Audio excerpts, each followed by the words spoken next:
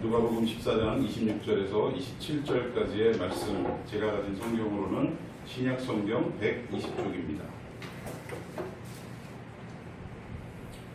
찾으신 줄로 믿고 다 같이 한 목소리로 받들어 읽도록 하겠습니다. 자, 오늘 함께 읽었던 누가복음 14장 26절에서 27절까지의 말씀을 통해서 군중입니까? 제자입니까? 이러한 제목으로 은혜를 나누고자 합니다.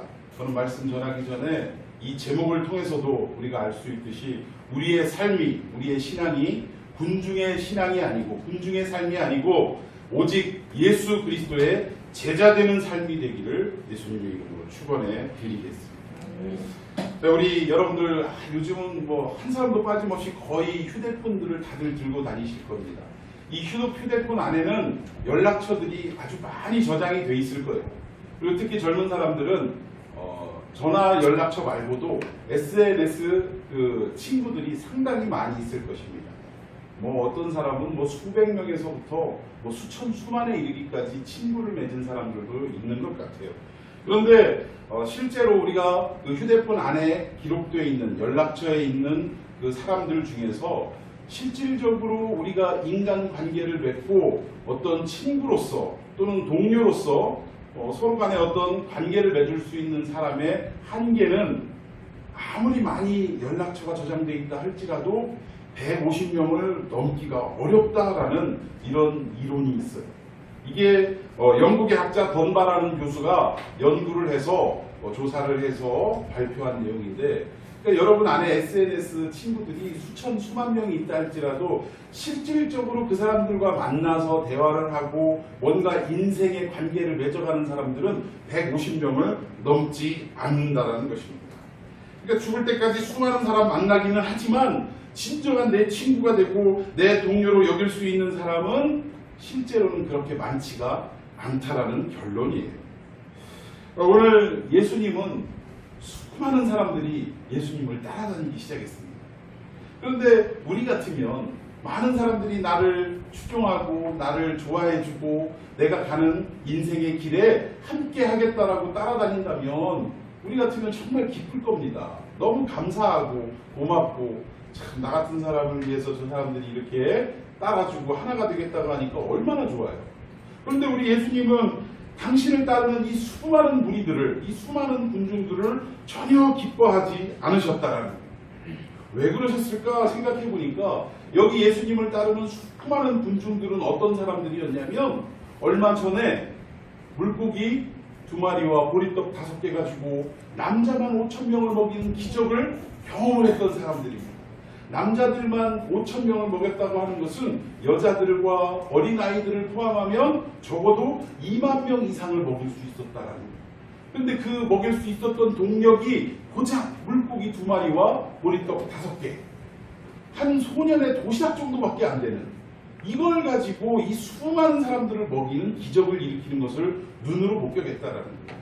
그러니까 이분만 우리의 왕을 삼으면 우리의 인생은 어때요? 수고스럽게 일해가지고 돈 벌으려고 먹을 거를 얻으려고 노력하는 인생을 살지 않아도 된다라는 어떤 헛된 희망 속에 예수님을 따라다니고 있었다라는 거예요. 그리고 로마의 압제하에 있는 지금 유대 땅을 이 정치적인 왕이 나타났다라고 착각을 하고 이 예수님을 통해 로마의 압제로부터 이제 해방이 될 수 있다라는 기대감을 가지고 따라다니는 사람들도 있었다라는 것입니다. 또 예수님의 말씀이 그 한 말씀 한 말씀을 들어보면 너무나 신선했어요. 율법주의자들, 바리새인과 사두개인들과 서기관들과 율법사들은 항상 백성들을 올가미로 올가매고 어깨에 무거운 짐을 짊어지는 그 율법으로 사람들을 힘들게 하고 고통스럽게 했는데 예수님이 전하시는 이 율법은, 새로운 율법은 그 무거운 죄에서부터, 무거운 짐에서부터 자유케 하는, 우리의 마음을 시원케 하는 그런 메시지가 선포되었기 때문에 그 예수님의 신선한 메시지를 듣기 위해 따르던 사람들도 있었다라는 것입니다. 또 가는 곳마다 예수님을 해방하는 바리새인들, 당시의 종교적인 어떤 지도자급에 있었던 이 바리새인들이 백성들을 억압하고 백성들을 힘들게 만들었던 이들을 향해서 예수님이 정면으로 질책하시는 일들이 너무나 많았어요. 오늘로 얘기하면 무슨 발언? 시원하게 그냥 확 내지르는 발언, 사이다 발언. 이 사이다 발언을 예수님이 하시니까 사람들은 너무나 통쾌하고 예수님 하시는 말씀 한 말씀 한 말씀이 자기의 마음을 뻥 뚫리게 하고 시원케 하는 이런 말씀이기 때문에 예수님을 따르는 사람들이 너무나 많았다라는 것입니다. 그런데 이렇게 따라다니는 이 군중들을 예수님은 결코 좋아하시지 않았다라는 거예요. 예수님은 가시던 길을 멈추시고 이 사람들을 향해서 이렇게 말씀하십니다. 너희들이 지금 감정적으로 또 각자 자기의 생각을 가지고 지금 나를 따라오는데 그러지 말고 정말 하나님의 뜻을 알고 따라와야 비로소 제자가 될 수 있다라고 말씀해 주셨다는 것입니다. 그냥 그저 예수님의 행하신 일들에 대한 호기심과 또 자기의 감정을 시원케 해주는 이런 일들을 경험하면서 예수님을 따르는 것이 예수님을 기뻐하게 하는 것이 아니라 하나님의 뜻이 어디에 있는지를 바로 깨닫고 그 뜻을 쫓아 하루하루를 살아가는 사람만이 비로소 예수님의 제자가 되고 하나님의 마음을 기쁘게 해드릴 수 있는 인생이 된다라고 예수님은 분명하게 말씀해 주셨다는 거예요. 그러면서 진정한 제자가 되려면 어떠한 자세를 가지고 살아야 할 것이냐? 소위 제자론에 대해서 본문은 말씀하고 있다는 것입니다. 어떻게 살아가는 것이 주님의 제자되는 인생이 될 수 있느냐? 지금 거기에 대해서 말씀하고 있다는 것입니다. 자, 우리 본문 말씀을 다시 한번 읽어보도록 하겠습니다. 무릇 내게 오는 자가 자기 부모와 처자와 형제와 자매와 더욱이 자기 목숨까지 미워하지 아니하면 능히 내 제자가 되지 못하고 누구든지 자기 십자가를 지고 나를 따르지 않는 자도 능히 내 제자가 되지 못하리라. 여기 보니까 예수님이 충격적인 말씀을 하셨어요. 누구든지 내 제자가 되려면 어떻게 해야 되느냐? 여기 보니까 자기 부모와 처자와 형제와 자매와 쉽게 얘기하면 뭐예요? 자기의 가족들을 어떻게 하라는 거예요? 미워하고 버리라는 얘기입니다. 심지어는 자신의 목숨까지도 미워하지 않으면 결코 예수님의 제자가 될 수 없다라고 못을 박으셨다라는 거예요. 여러분, 이 말이 예수님의 이 메시지가 유대인들에게는 얼마나 충격적인 메시지였냐면 이건 당시 유대인뿐만 아니라 오늘 이 시대를 살아가는 우리들에게도 너무나 기가 막힌 메시지예요. 아니, 예수 믿으려면, 예수의 제자가 되려면 어떻게 해야 된다는 거예요? 지금 가정을 어떻게 해야 된다는 거예요? 버려야 된다는 그 말씀입니다. 이 기가 막힌 메시지를 듣고 사람들도 어리둥절했어요. 왜냐하면 그 당시에는 특히 유대 땅, 지금도 마찬가지지만 그 당시에 유대 사회라는 것이 어느 가문에 태어났느냐, 내가 어느 가정에 태어났느냐가 자기의 인생을 결정짓는 그러한 사회상이었다. 즉 내가 종교 지도자 집안인 바리새인 집안에 태어나면 어때요? 나의 인생도 지도자가 되는 거예요. 지도자, 사회적 지도자가 되는 것입니다. 율법사 레위 집안으로 태어나면 나도 어떻게 되는 거예요? 제사장 반열에 들어가게 되는 거예요. 어느 반열에 들어서느냐에 따라서, 내가 어디서 태어나느냐에 따라서 정말 중요한 인생의 요소가 결정이 되어진다는 것입니다. 그리고 특히 유대 땅에서는 무엇을 중시했냐면 가정교육을 너무나 중요시했다는 거예요. 어머니의 품에서부터, 어려서부터, 아니 글을 떼기 전부터 어떻게 했어요? 하나님의 말씀, 토라, 모세오경, 이 율법을 늘 들려주는 교육을 했다는 것입니다. 그리고 하나님의 백성은 이 말씀대로 살아가야 한다라는 교육을 어머니의 무릎팍에서부터 시작했다는 거예요. 그래서 결국 그들이 자라나서도 이 신학의 흰 앙의 영역에서 결코 벗어나지 않는 인생을 살아올 수 있었던 그 이유가 여기 있었다는 것입니다. 이만큼 가정이라는 공동체의 중요성이 있다는 거예요. 여러분, 오늘 이 시대도 마찬가지예요. 가정이 얼마나 중요하느냐? 학교에서 아무리 좋은 교육을 하고 선진 교육을 한다 할지라도 이 가정 교육, 뭐 흔한 얘기로 무슨 교육이라고요? 밥상머리 교육이 제대로 되지 않으면 아무리 멋진 교육을 학교에서 해준다 할지라도 그 인생이, 그 인성이 바르게 되지 못한다는 것입니다. 머리는 똑똑해질지 몰라요. 스마트해질지 모르지만 그러나 가정교육이 온전히 되어지지 않으면 결국 그 인생은 어떤 인생이 되느냐? 사회에서 골칫거리가 되고 문제거리가 되고 그리고 어떻습니까? 사회적인 무리를 일으키는 인생이 될 수밖에 없다라는 것입니다. 여러분, 정말로 그래요. 이 사람들의 마음이 가정교육에서부터 무언가가 문제가 생겨서 성장한 이후로 예를 들어서 무슨 사이코패스가 된다든가 아니면 여러 가지 마음의 질병, 뭐 우울증, 혼자만 방구석에 처박혀 있는 이런 증상들로 이어진다면 이것을 치유하기 위해 부담되어지는 사회적인 비용이 엄청나게 들어간다. 그러니까 국가 전체적으로도 오히려 비용이 더 들어간다는 것입니다. 그래서 중요한 것이 뭐냐? 어려서부터 가정 안에서의 참된 교육, 밥상머리 교육이 너무나도 중요하다.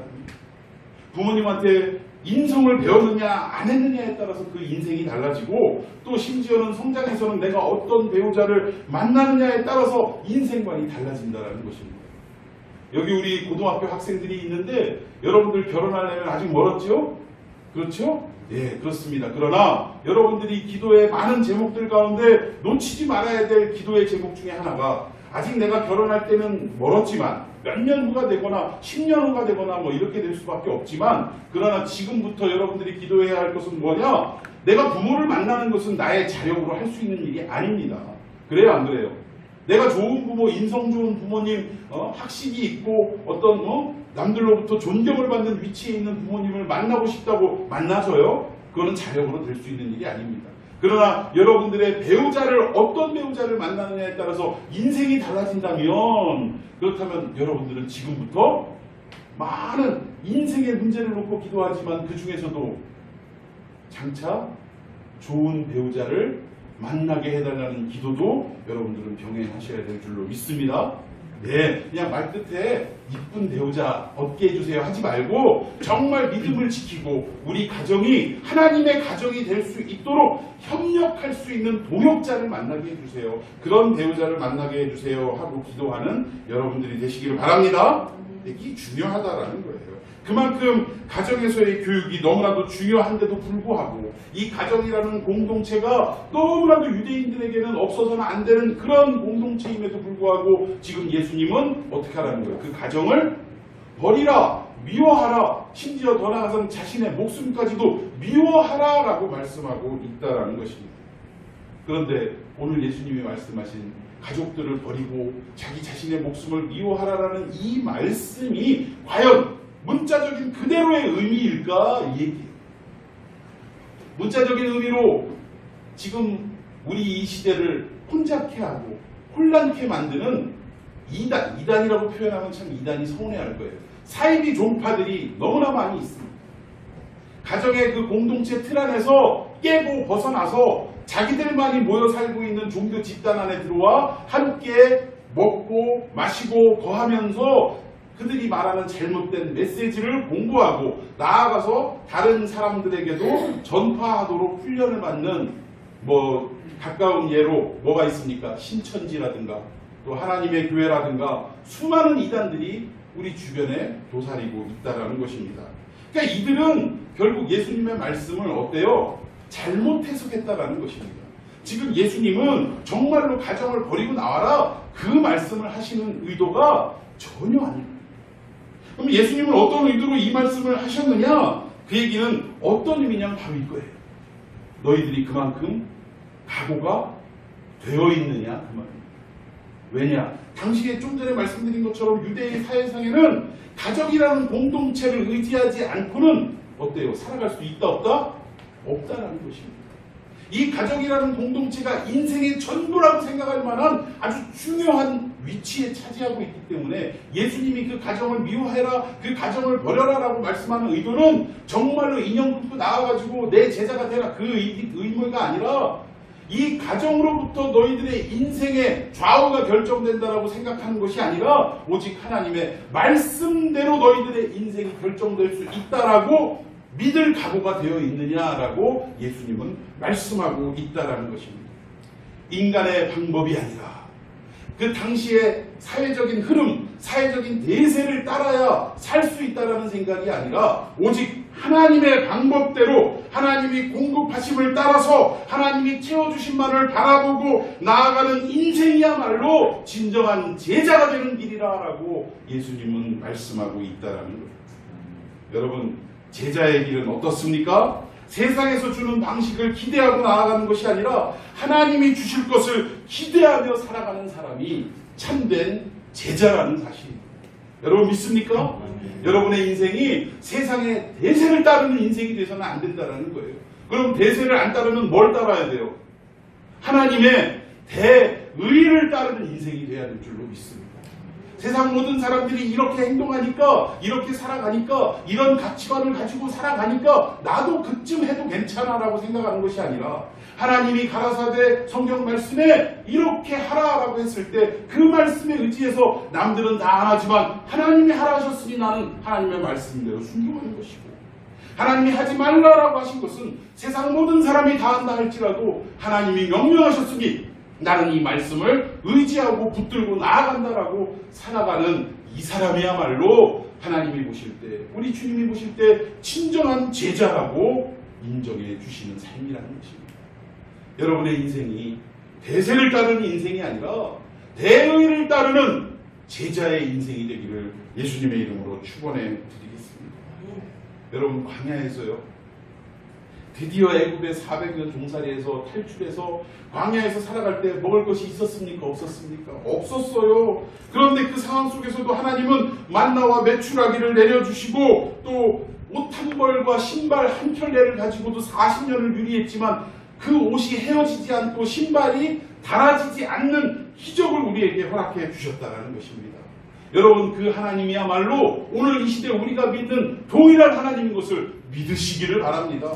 하나님은 이렇게 우리에게 오늘도 입혀주시고 채워주실 것을 믿고 의지하고 살아가는 것이 진정한 그리스도인이라고 말씀하고 있다.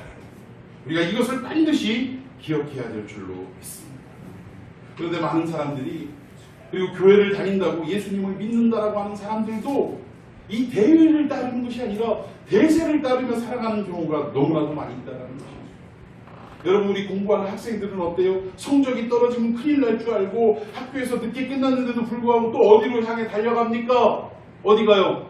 학교 끝나고 어디 가요? 학원 가는 거야, 학원. 직장인들은 어때요? 구조조정 당할까봐 지금 뭐 직장에서도 사람이 남아 돌아가니까 내가 명퇴당하지는 않을까 전전긍긍하면서 상사들의 눈치를 보면서 야근을 한다라는 거예요. 저는 많은 CF 중에 제 마음에 와닿았던 CF가 하나 있어요. 그건 바로 바카스라는 제품을 선전하는 CF입니다. 아빠가 어린 딸아이하고 놀아줬는데 그 아이가, 아빠가 출근하는데 뭐라고 그래요? 아빠? 또 놀러와, 뭐 이러잖아요. 그러니까 아빠는 놀러오는 사람이 아니고 함께하는 사람인데도 아이의 눈에 비쳤을 때 그 아빠는 무엇 때문에? 이 가정을 먹여 살리기 위해서, 또는 이 직장에서 어떻게든 잘리지 않고 승진하면서 더욱더 높은 자리에 올라가기를 그렇게 소원하면서 열심으로 회사에 붙들려서 일을 하다 보니까 가정에 그만큼 어떻게 된 거예요? 소홀해질 수밖에 없었다라는 반증이라는 것입니다. 여러분, 세상 사람들은 세상의 어떤 흐름 속에서 밀려날까봐 야근하면서, 심지어 오늘 주일인데도 불구하고 그리스도인들이면 다 이 자리에 나와서 예배를 드려야 하는데 어떻게 해요? 회사에 또 나와가지고 어떡합니까? 출근해서 일을 또 하는 거예요. 주일임에도 불구하고. 왜? 상사들의 눈치를 보면서. 회사에서 인정받기 위해서. 상인들은 어떻습니까? 장사하시는 분들은 고객들을 놓칠까봐 두려워서 장사를 포기하는 경우가, 장사를 선택하고 예배를 포기하는 경우가 있다라는 것입니다. 또 우리 젊은이들은 어때요? 한참 연애해야 될 시기에 애인 때문에 예배를 포기하고 애인 주변을 서성이며 왕래하는 사람들도 있다라는 것입니다. 이 구약에서도 자꾸 하나님의 대의를 따르지 않고 이 세상에 일어나는 대세를 따르다 보니까 자꾸 하나님만을 의지하지 않고 누구를 더 의지하기 시작해요? 세상 사람들의, 이방 사람들의 우상을 의지하기 시작했다라는 것입니다. 이유가 뭐냐면 현실적인 두려움 때문에 그렇다라는 거예요. 왜? 내일을 알 수 없기 때문에, 미래가 두렵기 때문에 그들은 자꾸 우상에게 절을 하고, 왜? 주변을 보니까 눈에 보이는 우상에게 절하고 그들을 섬기는 사람들의 삶은 어때요? 윤택하고. 그도 그럴 것이, 가나안 땅에 정복전쟁이라고 해서 들어가서 살았는데 이 족속들을 다 내쫓아야 될 백성들이 남겨뒀다라는 거예요. 가나안 거민들을. 그런데 그들의 삶과 공존하면서 살다 보니까 어떻습니까? 이스라엘 백성들은 농사 짓던 인생이 아니었다라는 거예요. 이스라엘 백성들은 양을 치는 목동들이었어요. 그런데 가나안 땅에 드디어 정착을 하다 보니까 이제는 목축업을 하는 것이 아니라 어떤 일을 해야 됐습니까? 농사를 해야 됐어요. 그런데 처음 농사 짓는 사람이 농사를 잘 지을 수가 있었겠습니까? 당연히 없지요. 그런데 평생을 조상 대대로 농사를 지었던 이 가나안 사람들의 모습을 보니까 그들은 농사가 너무나도 잘 되더라는 것입니다. 그런데 저들이 경험이 있기 때문에 농사를 잘 짓는다 이렇게 생각했으면 더 좋았을 것을 이들은 어떻게 시각을 돌렸냐면 저들을 가만히 보니까 저들이 하는 짓이 뭐예요? 바알신에게 절하고 숭배하고 이런 삶을 살다 보니까 어떻습니까? 아하, 저들이 농사를 잘 짓는 원인이 바로 저 우상 숭배에 있었구나라고 착각하고 하나님과 우상을 더불어 섬기기 시작했다라는 것입니다. 이 세상의 대세에 따르는 모습이었다라는 거예요. 근데 이스라엘의 역사를 가만히 보면 어떻습니까? 미래가 두려워서 우상을 섬기는 삶을 살아갈 때는 그 나라가 잘 될 줄 알았더니 오히려 어떻게 됐습니까? 망하게 되는 거예요. 외세의 침략을 받게 되는 것이고 엄청난 하나님의 채찍을 맞게 됐다라는 것입니다. 그런데 불투명한 미래 속에서도 세상의 방법대로 하지 않고 오직 하나님만을 바라보고 하나님만을 의지할 때 망할 줄 알았던 이스라엘이 어떻게 됐어요? 그 구렁텅이에서 다시금 회생되어지고 회복되어지는 역사가 일어나더라는 것입니다. 왜 그렇습니까? 하나님이 공급해 주시는 힘을 바라보고 의지하고 살아갈 때 하나님이 우리를 채워주신다라는 믿음을 가지고 살아갈 때 그들의 인생은 구렁텅이의 삶에서 다시금 밝은 빛으로 떠오르기 시작하는 삶으로 바뀌어지더라는 거예요. 여러분, 하나님이 공급하시고 하나님이 채워주시는 것을 믿고 살아간다면 그것이 여러분들이 제자가 되는 인생의 길이고 더 나아가서 승리하는 인생이 될 것을 믿고 나아가는 여러분들이 되시길 예수님의 이름으로 축원해 드리겠습니다. 아멘. 묻습니다. 여러분들은 군중이십니까? 아니면 제자들이십니까? 오늘 각자를 돌이켜보는 여러분들이 되시기를 바랍니다. 두 번째, 제자가 되는 길을 또 예수님은 말씀하셨다라는 거예요.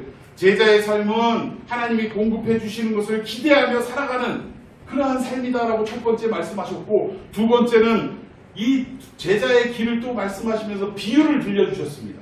비유를 들려주시는데 두 가지 비유를 들려주셨는데 첫 번째 비유는 뭐냐면 망대를 세우는 비유를 들려주셨다라는 거예요. 어떤 사람이 밭을 지키기 위해서 망대를 세우려고 합니다. 망대가 뭐냐면 오늘날로 얘기하면 밭을 지키는 뭐 같은 걸까? 원두막 같은 거하고 비슷하다고 볼 수 있어요. 어떤 짐승들이 밭에 쳐들어오는 침투에 들어오느냐 안 들어오느냐를 망대에서 높은 곳에서 다 살펴보는 거예요. 혹시 도둑들이 들어와가지고 우리가 농사 지은 것을 다 훔쳐가지는 않는가 살펴보기 위해 망대를 짓는 오늘날의 원두막과도 비슷한 것이 망대라는 것입니다.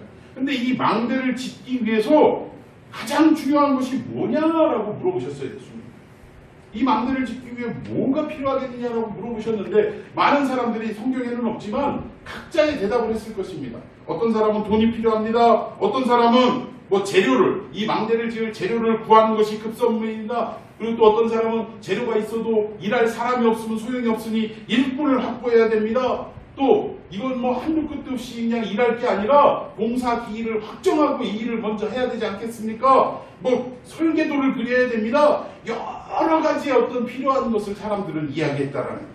그런데 예수님은 그 결론으로 답으로 뭐라고 말씀하셨냐면 망대 지을 그 주인이 뭐가 있는지를 확인해야 된다라고 하셨냐면 망대 지을 수 있는 돈이 있는지 없는지 여부를 먼저 확인하는 것이 가장 중요하다라고 말씀하셨어요.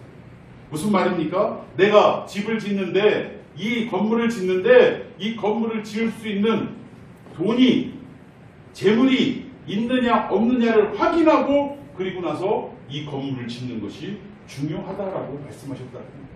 여러분 오늘날도 이 길거리 가다 보면 건축이 이렇게 뼈대만 앙상하게 올라가고 몇 달 또는 몇 년째 흉물스럽게 그냥 포장이 다 찢어져서 날리고 공사는 진행이 안 되고 이 도심의 흉물로 이렇게 남아있는 건물들 보셨습니까? 안 보셨습니까? 보셨을 거예요. 많아요. 유치권 어쩌고 이런 것도 있고. 이 이유가 뭐예요? 그 건물의 주인이 돈을 가지고 있지 않은 상태에서 일단 일부터 시작했다가 나중에 돈이 없으니까 돈이 떨어지고 계속해서 이 건축해야 될 돈이 이어지지 않으니까 어떻게 된 거예요? 그 모양으로 공사가 중단되고 그런 흉물로서 남아있게 되더라는 것입니다. 그러니까 지금 무슨 얘기냐면 사람이 돈이 있는지 없는지도 확인하지 않고 무조건 열정 하나만을 가지고 어떤 열심 하나만 가지고 일에 뛰어들다가는 결국은 어떻게 되냐? 사람들의 비웃음거리를 받게 될 수 없다라는 것을 예수님은 말씀하셨다라는 거예요. 결국 재료를 사든지 인부를 사든지 그 모든 일에 대해서 뭐가 없으면 안 된다라는 얘기예요. 가장 중요한 돈이 없으면 안 된다는 것을 예수님은 말씀하셨다라는 것입니다. 근데 자기가 돈이 있는지 없는지도 모르고 그냥 뛰어들어서는 안 된다는 거예요. 여러분, 무조건 내 열정과 계획만 가지고 뛰어들면 안 된다는 것을 분명히 예수님은 말씀하고 있다는 것입니다. 그 두 번째 비유는 어떤 내용이냐면 어느 임금이 있는데 적군들이 쳐들어왔다라는 보고를 들었다라는 거예요. 그러면 이 임금이 해야 될 일은 뭐냐면 빨리 나가서 내가 이 전쟁을 할 수 있는 능력이 되는지 안 되는지를 빨리 파악해야 되는 게 급선무라는 것입니다. 왜 그래요? 전쟁할 능력이 되면 군사를 얼른 일으켜서 쳐들어온 적군들과 싸워야 되는 거예요. 맞싸워야 된다는 것입니다. 그런데 살펴보니까 내가 전쟁할 수 있는 능력이 물자도 안 되고 무기도 없고 사람도 없으면 어떻게 해야 돼요? 어떻게 해야 돼요? 열정과 열심을 가지고 나아가서 막 맞대응하다 죽어야 되는 게 아니라 우리가 도저히 싸울 능력이 안 되고 이거는 뭐 승산이 없는 게임이라면 빨리 어떻게 해야 돼요? 항복을 해야 되는 거예요. 항복을. 괜한 희생이 따르게 하지 말고 항복을 해야 된다는 것입니다.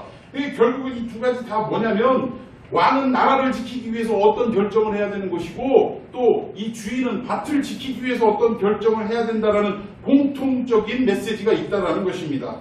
그런데 여기서 이 지키기 위해서는 어떻게 해야 돼요? 열정과 감정만 내세우고 해야 될 일이 아니라 어떻게 해야 된다는 것입니까? 합리적인 사고를 가지고 밭을 지키든 나라를 지키든 해야 된다는 사실입니다. 여러분, 예수님을 따르는데도 마찬가지라는 거예요. 많은 사람들이 한때 받은 은혜를 가지고 그 은혜에 도취돼서 감정만을 가지고 신학교에 가고 뭐 기도원에 들어가고 이런 사람들이 너무나 많이 있다는 거예요. 여러분, 우리가 제자의 길을 산다는 것은 한순간의 감정을 가지고 열정을 가지고 해야 될 일이 아니라 평생을 우리가 하나님의 말씀을 의지하고 살아갈 결단을 하고 또 그렇게 살아가는 것이 제자라는 것입니다.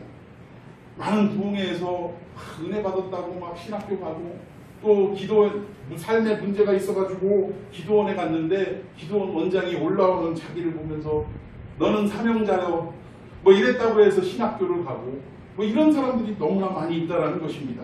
이런 경우 대부분 당장은 따라올지 모르지만 자기가 따르는 것에 대해서 많이 생각하고 고민하고 그리고 나서 결정해야 비로소 그 길이 행복할 수 있다. 뭐 어제 제가 또 그것이 알고 싶다를 보다가 밤에 잠이 안 오더라고요. 또 막 그것도 열이 나가지고 또 이야기의 주인공이 이번에는 신부와 목사가 아주 그냥 공동 합작 작품을 읽었어요. 처음엔 신부 얘기를 하는 듯해서 천주교도 그렇겠지. 이유인 즉슨 많은 사람들을 그 세월호 유가족들을 위해서 돈을 쓰겠다라고 기부를 받아먹고 기부한 돈을 한 푼도 거기다 쓰지 않았다라는 거예요. 그리고 많은 장애인들을 위해서 또 기부도 받고 이러는데 더군다나 영화로 나왔던 이태석 신부 그 아프리카의 어느 지역이죠? 톤즈, 울지마 톤즈 그 다큐멘터리 영화의 주인공인 이태석 신부의 뒤를 이어서 그 일을 또 감당했던 신부래요. 그러니까 얼마나 이미지가 좋겠습니까? 그런데 이 이미지 좋은 신부가 결국은 많은 사람들에게 이렇게 기부를 받아서 다 그 목적대로 사용하지 않고 일부라도 사용했으면 좋은데 한 푼도 목적대로 사용하지 않고 다 착복을 하고 말았다는 거예요. 그리고 심지어는 신부의 그 직위에서 파직을 당하는 문제는 정확하게 거론하지는 않습니다만 어떤 여자 문제가 있었던 것 같아요. 그런데 그 이유를 알고 보니까 전주에서 어떤 그 장애인 공동체를 이끌고 하는 여자 목사님과 문제가 있더라는 거예요. 그러니까 이분도 도대체 참 결국 그 두 분 보니까 내연 관계이고 그리고 또 돈도 얼마나 참 비열하고 추접스러운 방법으로 모았는지 지금 뭐 재산이 부동산만 10수억이 된다고 그러더라고요. 근데 저는 궁금했던 게 뭐냐면, 화가 났던 게, 이를 저지른 그 당사자들도 미운 것이지만, 그들도 참 한심한 노릇이지만, 저는 더 안타까운 게 뭐냐면, 도대체 저 사람들을 목사 한 수를 준 신학교가 어디냐 이거예요. 그 어떤 교회의 그 총회가 어디냐, 저는 그게 더 궁금했다는 거예요. 심지어는 신부로서 파직을 당한 그 신부가 신부로서 더 이상 일을 하지 못하니까 어느 교단인지는 모르지만 그 교단에 들어가서 목사 한 수를 또 받았다라는 거예요. 그래서 이제 목사가 됐더니 신부가 목사로 신분이 전환된 거예요. 그러면서 그런 어떤 잘못된 일들을 서슴없이 저지르는 삶을 살고 있더라는 것입니다.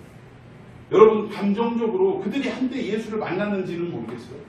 한때 그들이 은혜에 도취돼서 나 정말 주님의 길을 따르겠습니다 하고 열정과 감정만 가지고 이 일을 선택했을지는 모릅니다. 그러나 그런 사람들은 결코 오래가지 않고 결국 중간에 다 어떻습니까? 제자의 길에서 멀어져 버리고 만다라는 거예요. 본질에서 다 흐트러져 버리고 왜곡된 인생을 살 수밖에 없다라는 것입니다. 여러분, 중요한 것은 우리가 감정과 열정만 가지고 나아갈 것이 아니라 진정한 제자의 길은 나름대로 고민하고 기도하고 또 많은 것들을 생각하다가 어떻게 해야 돼요? 전략을 지혜롭게 짜야 그 길을 걸어갈 수 있다는 것입니다. 여러분, 다윗과 골리앗의 전투를 너무나 잘 알 거예요. 이 전투의 내용은 믿지 않는 사람들도 다 알더라고요. 소년 다윗이 3m가 넘는 이 거인 장수 골리앗과 맞서 싸워서 승리한 사건. 무엇으로 이겼습니까? 칼과 창으로 이긴 것이 아니라 물매와 물맷돌, 이걸 가지고. 그러니까 여러분, 물매와 물맷돌을 쉽게 얘기하면 비슷한 게 뭐냐면 새총이나 마찬가지예요. 새총은 땡겨서 쏘는 거지만 이것은 어때? 끼고 막 원심력으로 돌려가지고 탁 하면 그냥 그 줄에서 빠져나가가지고 상대를 맞히는. 이것을 가지고 그 거인 장수를, 골리앗을 쓰러뜨렸다라는 것입니다. 여러분들 잘 한번 생각해 보십시오. 만약 다윗이 세상의 방법대로 했다면 사울왕이 내주었던 갑옷과 창과 방패를 들고 골리앗의 방법대로, 골리앗이 너무나 잘하는 방법대로 싸웠어야 되는 거예요. 그런데 다윗은 결코 그런 인생이 아니었다는 거예요. 지혜로운 사람이었어요. 그제 감히, 아니 저 이방인이 감히 하나님의 이름을 들먹거리면서 욕을 보이냐, 이 감정만 가지고 세상의 방법대로만 나아갔다면 아마 골리앗에게 이긴 것이 아니라 도리어 개죽음을 당할 수도 있었을 거랍니다. 그런데 이 다윗은 너무나도 지혜로운 사람이었고 너무나도 전략적인 사람이었다라는 것입니다. 골리앗과 똑같은 방법으로 싸우면 이길 승산이 있어요, 없어요? 없다라는 것을 이미 알았다라는 거예요. 그래서 어떻게 해요? 자기만의 방법으로 싸워야겠다. 즉 자기만의 방법은 뭐냐? 양을 칠 때 맹수들이 이 양을 잡아먹기 위해 접근할 때 양을 지키기 위해서 어떤 일을 했어요? 물매와 물맷돌을 가지고 맹수들을 쫓아냈다. 이거는 뭐 한번 겨냥을 해가지고 던지면 어때요? 백발 백중에 그 경지에까지 오른 상태였다라는 거예요. 그래서 이 자기만의 방법으로 싸울 때 이길 수 있다라는 아주 전략적인 계획을 세우고 나아갔을 때, 물론 그 물매와 물맷돌에 하나님의 힘이 가해졌기에 골리앗이 한 방에 쓰러질 수 있었지만, 그러나 그 생각해낸 것은 뭐 그것도 하나님이 지혜를 주셔서 그랬겠죠. 그러나 다윗은 그만큼 바보스러운 자가 아니고 열정만 가지고 일을 하는 자가 아니라 감정을 가지고 일하는 자가 아니라 그만큼 어떤 사람이라 전략적인 사람이었다는 것입니다. 여러분, 제자의 삶은요, 그저 감정 가지고 뛰어들어서 나 이 길 가겠습니다라고 결단하고 뭐 결심하고 이런 모습으로 갈 수 있는 길이 전혀 아니라는 거예요. 여러분, 제자의 길은 정말 연구하고 고민하고 하나님께 지혜를 구하고 그리고 나서 갈 수 있는 길이 제자의 길이라는 사실입니다. 그리고 사람들은 이렇게 얘기하죠. 예수 믿는 사람, 제자라고 하면 어때야 돼요? 오른뺨을 때리면 왼뺨을 들이미는 바보와 같은 삶을 사는 것이 정석이라고 이야기합니다. 그러나 저는 여러분들에게 단연코 말합니다. 그거는 결코 아닙니다. 여러분, 우리가 제자로서 살아간다는 것은 세상에서 바보와 같이 천치와 같이 살아가는 것을 말하는 것이 아니라는 것입니다. 그러면 바보처럼 그냥 하자는 대로 하고 따르라는 대로 그냥 따라주고 이런 삶은 누구에게 이런 삶을 살아야 되느냐? 하나님 앞에서는 그렇게 살아야 한다는 거예요. 하나님 앞에서는 바보처럼 살아가는 인생이 제자의 삶이라는 것입니다.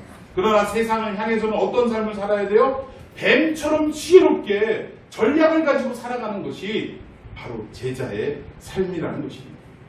세상에서는 오른뺨 때리면 왼뺨 내밀고 아무 소리도 못하고 바보처럼 살아가다가 교회에 오면은 막 승질 부리고 말이야 온갖 그냥 불평 불만을 쏟아놓고 이러는 게 제자의 삶이 아니라 정말 어떤 사람하고 맞닥뜨려도 그 사람을 능가할 수 있는 지혜와 능력과 권위를 가지고 살아가는 것이 제자의 삶인 것을 여러분 믿으시기를 바랍니다.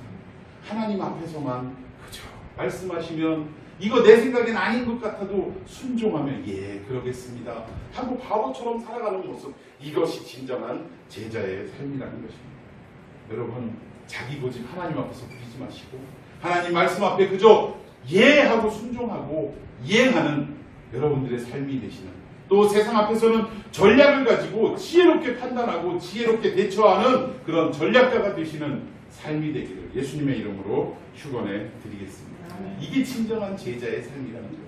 그리고 마지막 세 번째로 예수님은 또 비유를 들려주시는데 이제 소금의 비유를 들려주시는 거예요. 34절과 35절을 한번 다 같이 읽도록 합니다. 소금이 좋은 것이나 소금도 만일 그 맛을 잃으면 무엇으로 짜게 하리요? 땅에서 거름에도 쓸데없어 내버리느니라. 들을 귀가 있는 자는 들을지어다 하시니라. 여기 보면 소금이 무슨 맛이 있습니까? 짠맛이 있는 거예요.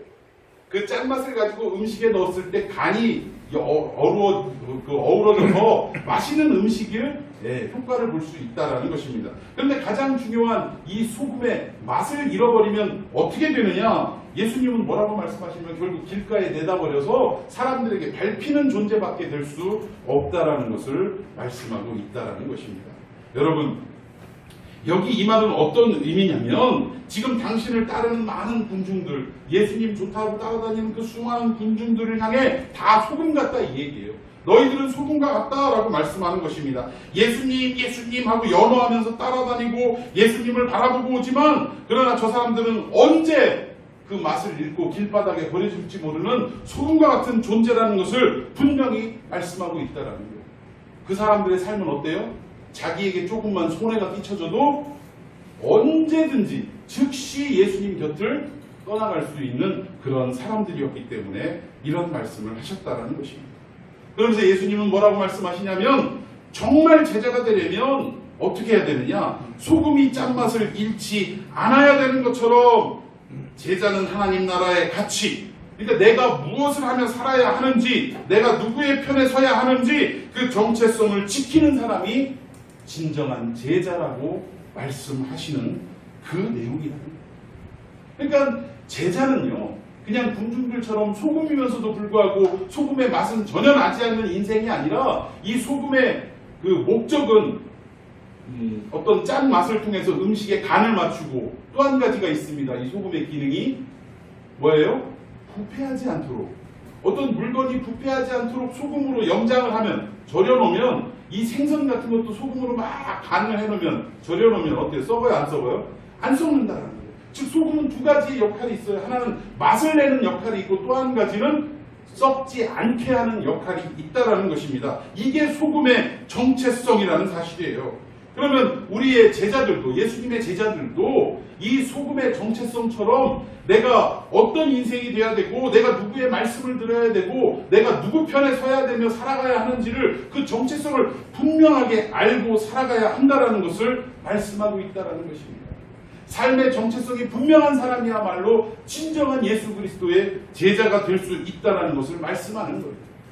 여러분, 어둠은요, 세상은요, 우리가 이 정체성을 잃어버리게 하고 이 정체성이 희석되게 하기 위해서 수많은 유혹과 시험을 우리에게 한다라는 것입니다. 어떤 수많은 유혹과 시험이 있느냐? 여러 가지가 있을 거예요. 돈으로 시험을 하고, 돈으로 유혹을 하고, 명예와 권세와 학생들 같으면 어떤 미래를 보장한다는 듯이 이렇게 유혹을 하면서 여러분들에게 다가올 것이라는 사실입니다. 그럼에도 불구하고 그런 유혹이 있음에도 불구하고 자기의 정체성을 확고히 하면서 그 자리를 지키는 것.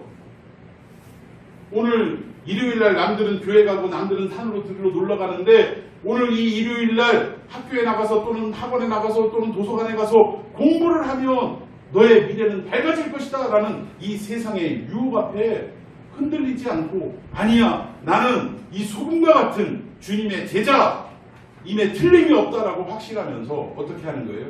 그 유혹이 오지만 나는 이 주일만큼은 이 주님의 집에서 어떻게 하겠다? 예배하며 하나님께 영광 돌리며 온전히 주의를 지키겠다라고 그 자리를 지킬 때 비로소 정체성이 확립된 주님의 참된 제자가 될 수 있다라는 것입니다. 여러분 일주일에 한 번 예배드리러 오시는 여러분들도 대단하신 분들이에요. 여러분 이 주일날 한 번 오신다라는 것이 쉽지 않습니다. 더군다나 우리 목사님은요 금산에서 여기까지 오세요. 우리 지난주에 태양이는 여기에서 금산으로 가는 바람에 못 왔는데 우리 목사님은 금산에서 여기까지 아침 일찍 버스 타고 오세요. 참 너무나 감사합니다. 그러니까 세상 사람들이 볼 때는요 죄송한 말씀이지만 미친 거예요. 미친 거. 누가 그 주일 아침에 주변에도 뭐 할 일도 많고 해야 할 일도 많고 만날 사람도 많은데 왜 그 멀리에서 또는 어쨌든 그 시간을 들여서 왜 예배드리러 가느냐? 우리 크리스찬을 바라볼 때 세상 사람들의 눈에는 뭔가 부족한 사람으로 비춰지고 미친 사람으로 비춰질 수밖에 없다라는 것입니다. 그런데 여러분 한 가지 여러분들에게 더 권면하고 싶은 게 있어요. 일주일에 한 번 나와서 하나님 앞에 예배드리는 것도 너무나 대단하지만 이 대단한 것으로 만족하지 말자라는 것입니다. 여기에서 예배를 드렸다면 이제 돌아가서 저 교회 문을 열고 여러분의 각자의 삶 속에 투입돼 들어갈 때 그냥 예배드렸던 모든 시간을 망각하고 잊어버리고 살아가는 것이 아니라 어떻게 해야 돼요? 자기의 정체성이 무엇인지를 확립하고 그 처해진 삶 속에서 자리에서 그리스도인의 모습으로 말씀대로 순종하며 살아가는 삶의 모습으로 이어져야 한다는 것입니다. 여러분 모여서 예배 한번 드리고 흩어져서 자기의 뜻과 의지대로 살아가는 삶이라면 결코 제자의 삶이라고 할 수 없습니다. 군중의 삶에 불과하다는 것입니다. 그러나 여러분의 삶의 자리에서 어디에 있든지 무엇을 하든지 하나님의 자녀임을 여러분 스스로 믿고 또 하나님과 소통하며 묵상하며 만나려고 하는 이 정체성을 가지고 있을 때 그 삶을 살아갈 때 여러분들은 비로소 권력이 여러분을 유혹하고 지위가 유혹하고 돈이 유혹을 해도 결코 넘어지지 않게 된다는 것입니다. 여러분 이 제자의 삶 여러분이 누구인지를 분명히 알고 여러분의 그 정체성을 확립하며 살아가는 복된 제자가 되기를 예수님의 이름으로 축원해 드리겠습니다. 오늘 세 가지 제자의 길을 말씀드렸어요. 첫 번째는 어떻게 해야 돼요? 제자가 되려면 하나님이 채워주실 것을 믿고 기대하며 살아가는 것이 세상의 방법이 아니라 하나님의 방법대로 되어진다는 것을 믿고 살아가는 것이 제자인 것을 믿으시기 바랍니다. 두 번째는 제자가 되려면 하나님 앞에서는 순수해야 돼요. 바보처럼 순수해야 됩니다. 그러나 세상 앞에는 어떻게 해야 돼요? 뱀처럼 한없이 지혜로워져야 된다는 것입니다. 지략가, 챙기학가가 돼야 된다는 거예요. 그리고 마지막 세 번째 제자가 되려면 자기의 정체성을 확립하기 위해 노력하고 애쓰며 살아가야 한다는 것입니다. 내가 이 땅에 정말 무엇 때문에 이 땅에 태어나게 된 거고 하나님이 보내주신 것인지 난 제자의 삶으로서 어떻게 살아가야 하는 것인지를 깨닫고 그대로 살아갈 것을 애쓰고 수고하고 노력하며 살아가는 인생이 되어야 한다는 것입니다. 여러분 우리 참평한 교회 성도 여러분들이 모든 여러분들이 진정 하나님의 참된 제자 예수 그리스도의 참된 제자로서 살아가는 복된 인생 되기를 예수님의 이름으로 축원해 드리겠습니다. 기도하십시오.